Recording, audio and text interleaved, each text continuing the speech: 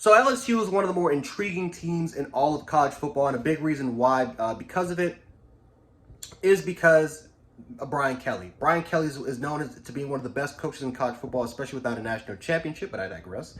But still, Brian Kelly is one of the best coaches in all of college football, and you got to respect the fact that he's going to be going to a program, an historical program like LSU, that's been one of the more consistent programs in all of college football for the last 20 years.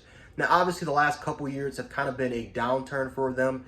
That's, even though they won a national championship in 2019, we all know the case what happened with Ed Orgeron in the fall, with the players and the coaching staff, and it just was a hot mess when it came to that program, and it affected recruiting. It affected, it affected kind of how their image looked like. It was just a lot of negative factors, and it just really just caused a distraction. So now you bring in a guy like Brian Kelly, bring in an entire brand new coaching staff. Robert Steeples at the cornerback position. You bring in Jamar Cain, and of course, a lot of different assets that you bring in for your coaching staff that hopefully can help these players out. Now, they do have a lot of talent, right?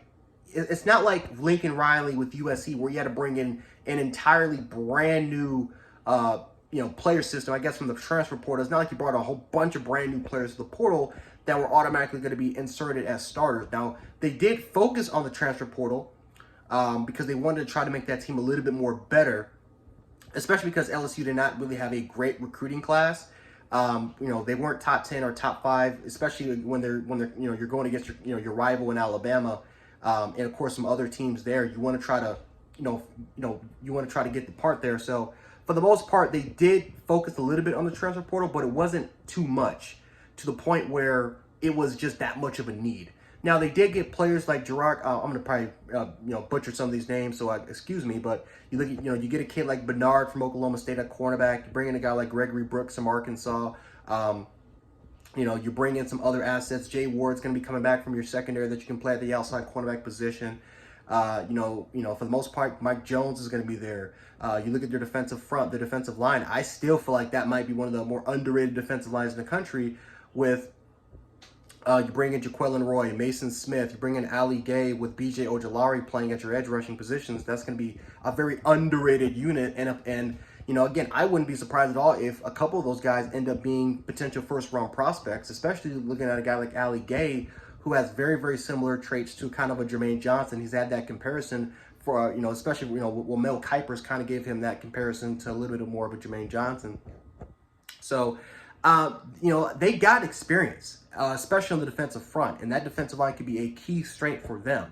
And I forgot to mention Mekhi Wingo. I know someone's going to say, why the hell did you not mention Mekhi Wingo? So, we got to mention his name, Mekhi Wingo.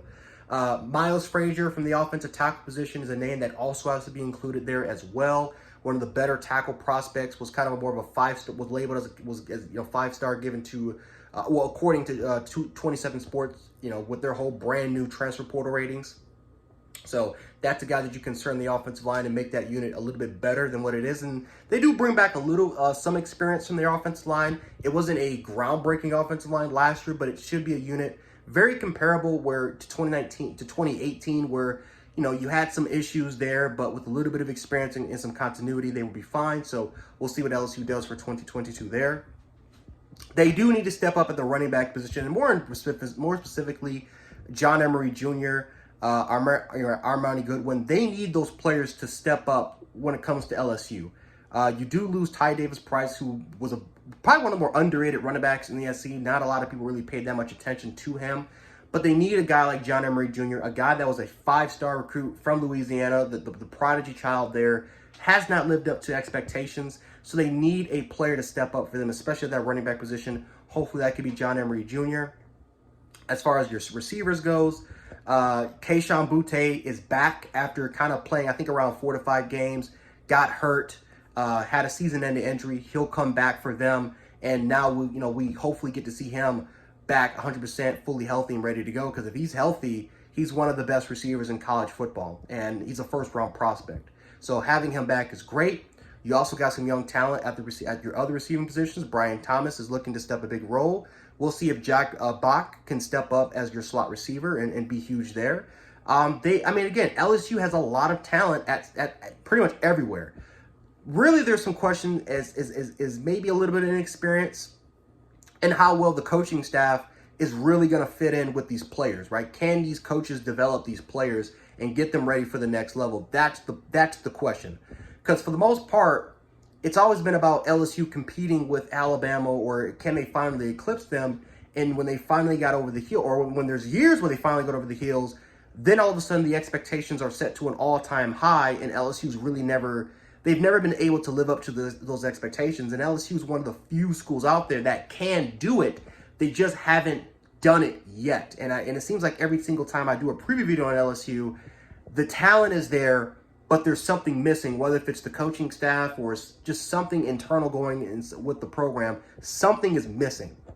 So that is something to also kind of question there as well, as if can LSU finally get over the hump a little bit there and not be competitive, be a top contender. Don't know if it's going to be for this year, but maybe going along in the future, especially when you bring in Texas and Oklahoma to the SEC. We'll see if Brian Kelly can be that long-term answer for LSU, something that we thought that Ed Orgeron could be. As far as some of their key opponents, as far as some of their future key opponents, for the most part, we all know some classic SC West competition. Can they beat Alabama? They got them on the road. They got Alabama coming to Death Valley. We'll see what happens there. Obviously, the A&M game is going to be a huge one for them. Ole Miss is going to be huge.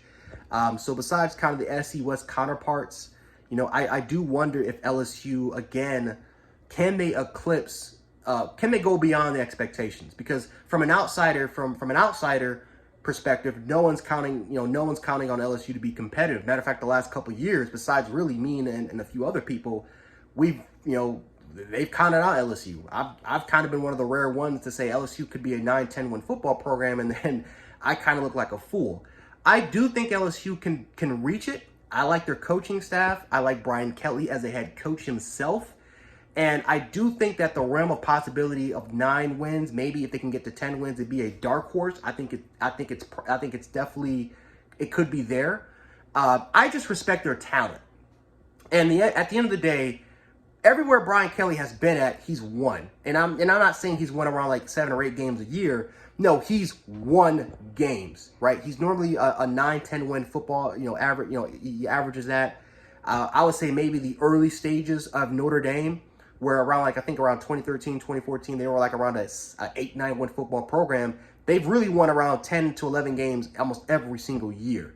And Brian Kelly, with the talent that he's working with at LSU, it's the most he's had, ever in his career, whether if it's at Cincinnati, whether if it's at LSU, whether if it's at Notre Dame. This is the most talent currently he's ever had in his entire career that he's going to be working with. So we'll see if LSU can live up beyond expectations, if he can live up to the state of Louisiana and their expectations, because obviously their expectations are extremely high. For all the outsiders, they're expecting 6-7 wins, but we all know their talent.